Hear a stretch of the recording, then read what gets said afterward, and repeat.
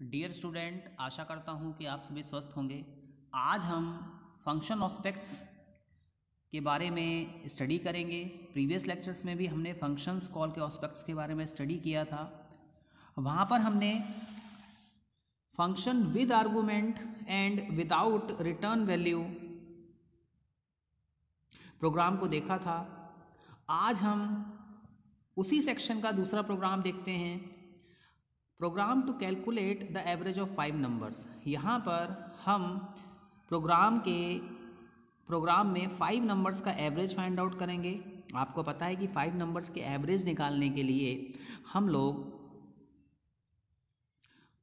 5 numbers को enter करेंगे, उसके बाद 5 से डिवाइड करेंगे तो हमारे पास में एवरेज आ जाएगा। नाउ स्टूडेंट्स, इसके बाद सबसे पहले हमने क्या किया, फाइल को इंक्लूड किया। इसके बाद में हमने क्या किया, वॉइड एवरेज, और इसके बाद में यहाँ पर 5 आर्गुमेंट्स को हमने पास किया है।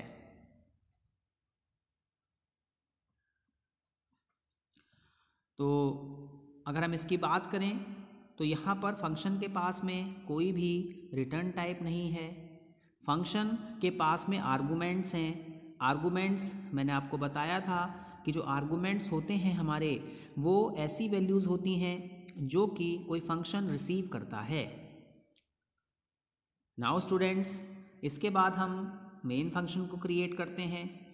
मेन फंक्शन के पास में हमारे पास में 5 वैल्यूज़ हैं, A, B, C, D, E। ये आपके इंटीजर टाइप के हैं, क्योंकि हम इंटीजर टाइप के नंबर्स को एंटर करेंगे और उनका एवरेज निकालेंगे। देखिए, आप चाहें तो इसको अलग अलग करके भी लिख सकते हैं, integer A, integer B, integer C, और आप चाहें तो इसको कंबाइन करके भी लिख सकते हैं। तो ये वाला जो मेथड है हमारे लिए ज़्यादा यूज़फुल है। हम सारे के सारे नंबर्स को एक साथ में लिखेंगे यहाँ पर। इससे मेमोरी भी सेव होगी और इंस्ट्रक्शंस भी हमारी कम हो जाएंगी।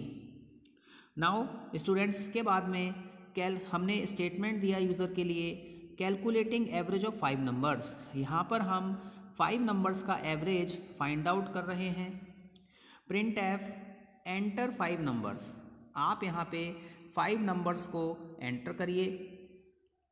नाउ स्टूडेंट्स, इसके बाद में हमने क्या किया, यहाँ पर स्कैनफ किया, percentile D, percentile D, percentile D, percentile D, percentile D, क्योंकि 5 नंबर को हमने एंटर करना है। पहला वाला आपका ए को शो कर रहा है, दूसरा वाला बी को शो कर रहा है, तीसरा वाला सी को, और चौथा वाला डी को, और पांचवा ई को। नाउ इसके बाद हमने यहाँ पे एड्रेस दिखाया, address a, address b, address c, address d, address e. Now इसके बाद हमने क्या किया, देखिए मैंने आपको पहले भी बताया था कि फंक्शंस के हमारे पास में 3 प्रॉपर्टीज़ होती हैं। सबसे पहले फंक्शन को हम क्या करते हैं, डिक्लेयर करते हैं। फंक्शन को डिक्लेयर करने के बाद में हम उस फंक्शन को कॉल करते हैं। तो अगर आप यहाँ पे देखेंगे तो हमने यहाँ पे क्या किया है, फंक्शन को कॉल किया है। तो जब आप फंक्शन को कॉल करेंगे तो कंट्रोल आपका यहाँ से यहाँ चला जाएगा। नाउ स्टूडेंट्स, इसके बाद में हम इस फंक्शन को दोबारा, कंट्रोल आपका यहाँ पर आएगा। अब इस फंक्शन की सारी प्रोसेसिंग हम देखते हैं। देखिए, आपने जब फंक्शन को कॉल किया तो आपने यहाँ पे 5 पैरामीटर्स पास किए। तो इन 5 पैरामीटर्स को पास करने के लिए हमारे पास में यहाँ पर 5 आर्गुमेंट होने चाहिए। जैसे कि आपने यहाँ पर फंक्शन डिक्लेरेशन में देखा था कि हमारे पास में यहाँ पे 5 आर्गुमेंट हैं, 1 2 3 4 5। नाउ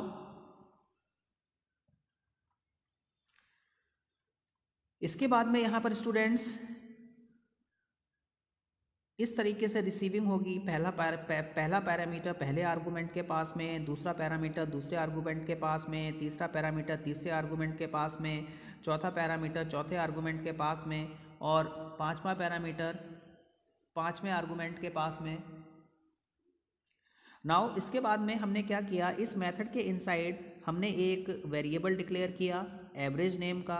देखिए यहाँ पर जो हम एवरेज फाइंड आउट करेंगे तो जो आपका जो एवरेज है वो डेसिमल में आ सकता है।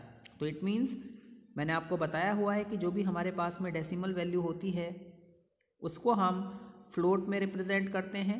नाउ अब हमें यहाँ पर एवरेज फाइंड आउट करना है। तो एवरेज फाइंड आउट करने के लिए हमारे पास में यहाँ पर 5 आर्गूमेंट्स हैं। इन आर्गूमेंट्स को आप प्लस करेंगे, सबसे पहले स्मॉल पैरेंथेसिस में इंक्लूड कराएंगे और उसको डिवाइड बाय 5 कर देंगे। नाउ स्टूडेंट्स, जो भी एवरेज आएगा यहाँ पर वो एवरेज इस वेरिएबल में जाके सेव हो जाएगा। इसके बाद में आपको क्या करना है कि जो भी आपका एवरेज आया उस एवरेज को आप शो करेंगे। Average is percentile F. तो परसेंटाइल एफ क्या है? आपकी कंट्रोल स्ट्रिंग है जो कि फ्लोट को दिखाती है। इसके बाद में आपने यहाँ पे क्या कर दिया, एवरेज को शो कर दिया। देखिए जो हमारे पास में फंक्शन का ऑस्पेक्ट था उसमें आपको ये बताया गया था कि function with argument and without return value. यहाँ पर ऐसे फंक्शंस को आपको बनाना है जिनमें कि आप आर्गूमेंट्स को पास करेंगे बट फंक्शन जो है कोई भी रिटर्न वैल्यू को शो नहीं करेगा। तो अगर मैं इस मेथड की बात करूं तो इस मेथड में कोई भी रिटर्न टाइप नहीं है। ये मेथड कोई भी वैल्यू वापस करके नहीं देगा मेन मेथड को। इट मीन्स कि जो आपका आउटपुट है वो आप इस मेथड के इनसाइड, इस फंक्शन के इनसाइड ही शो करेंगे।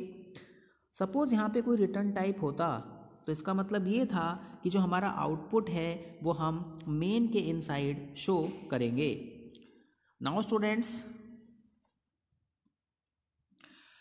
अब हम एक और एग्जांपल लेते हैं।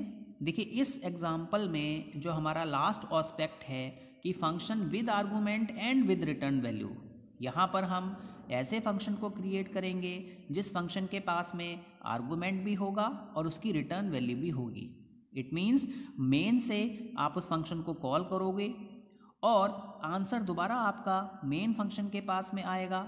नाउ स्टूडेंट्स, सबसे पहले हमने यहाँ पे क्या किया, फाइल को इंक्लूड किया। इसके बाद में हमने यहाँ पे क्या किया, एक फंक्शन को क्रिएट किया। इस फंक्शन की अगर हम बात करें तो इंटीजर जो है वो आपका क्या है, रिटर्न टाइप है। यहाँ पर सम नेम का आपके पास में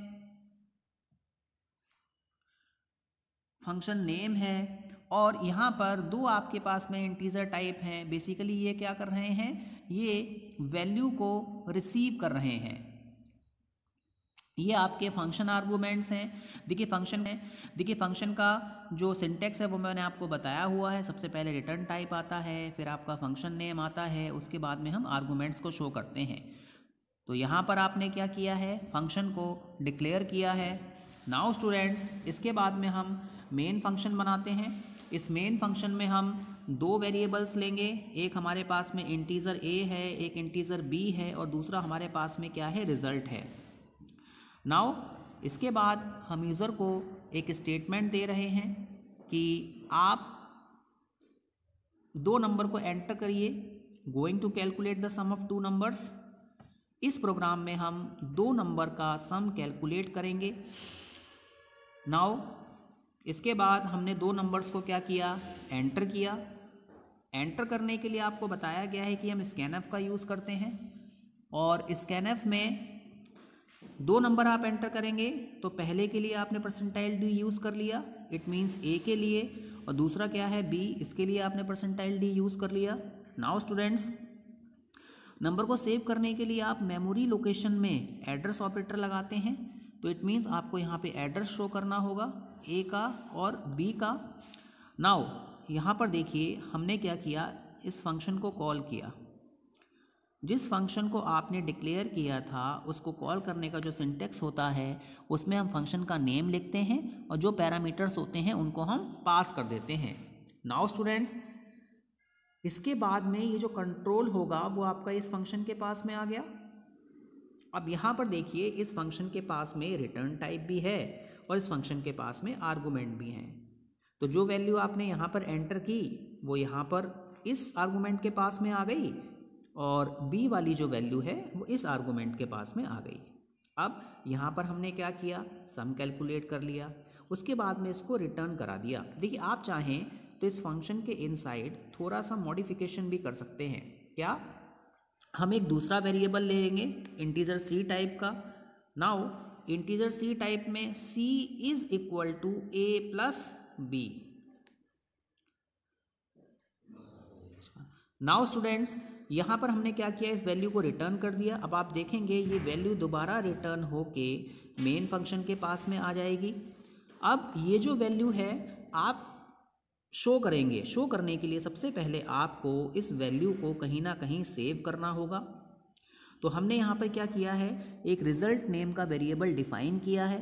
इस रिजल्ट नेम के वेरिएबल में ये वैल्यू यहाँ पे आके सेव हो गई। इसके बाद में आप इसको शो करेंगे। आपने प्रिंटफ स्टेटमेंट दी।